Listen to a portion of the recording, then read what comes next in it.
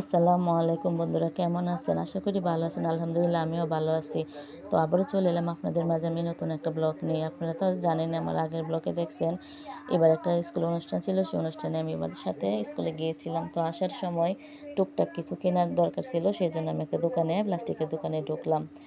ঢুকে কিছু নিলাম, তারপর রিক্সা করলাম বাড়ি যাওয়ার উদ্দেশ্যে। এবার বলতেছে যে আম্মু বাজারে যখন আসছো তাহলে আমার কিছু কেনাকাটা আছে। তো আমি তো তেমন টাকা পয়সা সাথে নিয়ে আসি নাই, কেনাকাটার উদ্দেশ্যে আসি নাই, আসছি খেলা দেখার উদ্দেশ্যে।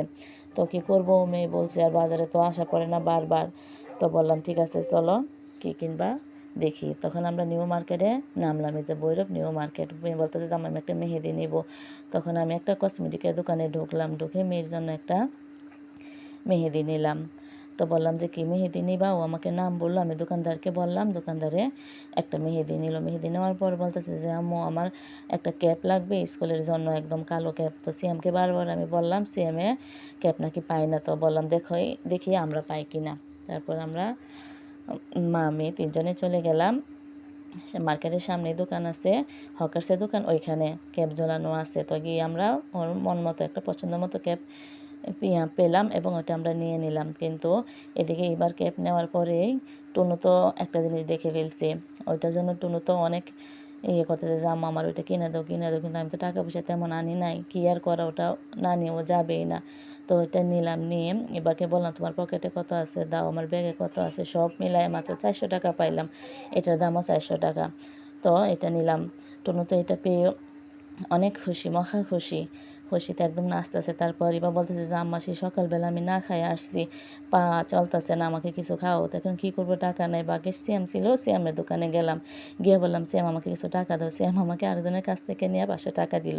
তো সিএমের দোকানের পাশে একটা হোটেল আছে, আমরা ওই হোটেলে চলে গেলাম, গিয়ে 2 প্লেট খাবারের অর্ডার করলাম। তো 2 মেয়েকে নিয়ে আমি এই যে হোটেলের ভিতরে চলে গেলাম, বললাম ওদেরকে বসতে। ওইখানে একটা টেবিল খালি পাইলাম, টেবিলটা বেশ একটা পরিষ্কার ছিল না। তখন একটা ভাইয়া বললো যে টেবিলটা পরিষ্কার করে দিতেছি। তখন সে টেবিলটা পরিষ্কার করে আমাদেরকে 2 প্লেট খাবার দিল। দেওয়ার পরে আমি 2 মেয়েকে বসলাম। তো এবাকে দিলাম, এবার নিজের হাতে খাইতেছে, আর টুনু তো নিজের হাতে খাইতে পারে না। তো আমি টুনুকে খাওয়াই দিতেছি, আর ফাঁকে ফাঁকে আমিও মুখে দিতেছি। তো তারা খাইতেছে, সারাদিনের খিদা, দুজনের পেটে অনেক খিদা। আসলে আমারও খিদা লাগছিল। তো কোনো রকম আমরা এখানে খাওয়া দাওয়া করে খাওয়া দাওয়া শেষ করলাম। খাওয়া দাওয়া শেষ করে তারপর আমরা বাড়ির উদ্দেশ্যে রওনা দিলাম। রওনা দিয়ে আমরা গেলাম 3 মা মেয়ে, গিয়ে নৌকাতে উঠলাম। নৌকাতে ওঠার পরে নৌকায় বসলাম। এই যে ভৈরব বাজারটা, নৌকা ঘাটটি আপনাদেরকে দেখাই। আমরা নৌকার ভিতরে বসে আছি নৌকা ছাড়ার অপেক্ষায়। তারপর নৌকাটাও ছেড়ে দিল। টনু একদম পানির নৌকার কিনারে বসে পানি দেখতেছে আর অনেক আনন্দ পাইতেছে, হাসতেছে, বলতেছে আম্মা দেখো কি সুন্দর আমরা নদী দিয়া যেতেছি। বললাম হ্যাঁ। দীর্ঘ মেঘনা নদী পাড়ি দিয়ে আমরা চলে এলাম আমাদের ওই পারে, ভৈরব থেকে গৌরীপুর চলে এলাম। এসে আমরা ওইখানে নামলাম। তারপর আবার বাড়িতে যাওয়ার জন্য রওনা দিলাম। অনেক দূর পথ হেঁটে যেতে হবে বাড়িতে। আসলে নৌকা থেকে নেমে অনেক দূর রাস্তা হেঁটে তারপর আমাদের বাড়িতে যেতে হয়। এই যে দেখাই নৌকাঘাটটা, এদিকে আর অনেক মানুষ দাঁড়িয়ে আছে ভৈরবে যাওয়ার জন্য। আসলে এখন অনেক বিকাল হয়ে গেছে, আমরা সেই সকালবেলা গেছি 2 মেয়েকে নিয়ে। সূর্য প্রায় ডুবে ডুবে এই যে পশ্চিমে চলে গেছে, সূর্য লাল হয়ে গেছে। তখন আমরা আস্তে আস্তে হাঁটতে হাঁটতে বাড়ির দিকে যাইতাছি। যাওয়ার পথে এই যে কি সুন্দর সুন্দর নদীর পাড়ে হাঁস, এখানে একটা হাঁসের রং দেওয়া হয়েছে, ওইখানে একটা হাঁস আছে সাদা। তো এগুলো করতে করতে হাঁটতে হাঁটতে আস্তে আস্তে আমরা বাড়িতে চলে গেলাম।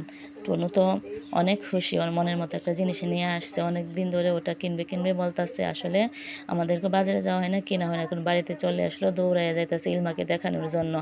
এদিকে ইলমা আরবি বসে খেলতেছে, তারাও টুনুকে দেখা দৌড়ে আসতেছে। টুনু সেই নাচতেছে, আনাস এদিকে আসতেছে। ওরা তো আইসা একদম টুনুর এটাতে চাপাচাপি করতেছে। টুনু বলতেছে ছিঁড়ে যাবে, ছাড়ো ছাড়ো। কখনো ইলমায় টিপতেছে, কখনো আনাসে চাপতেছে, আর রুবিও দেখতেছে, ওরা নাচতেছে, অনেক খুশি। তখন আমি বললাম যে আমরা তো অনেক পথ হেঁটে আসছি, অনেক ক্লান্ত হয়ে গেছি। তো ব্লগটা আসো এখানেই শেষ করে দিই। টুনুকে বললাম বাই বাই করে দাও, সবাই বাই বাই করে দিল। বাই বাই, আল্লাহ হাফিজ, আপনারা সবাই ভালো থাকবেন।